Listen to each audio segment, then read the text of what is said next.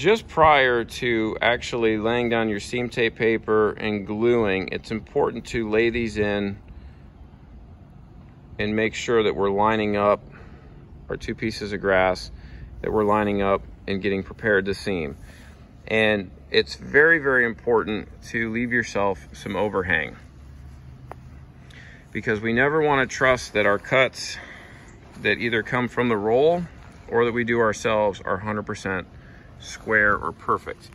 Here you can see the grass is right up against the wall, right on the nailer board on this end.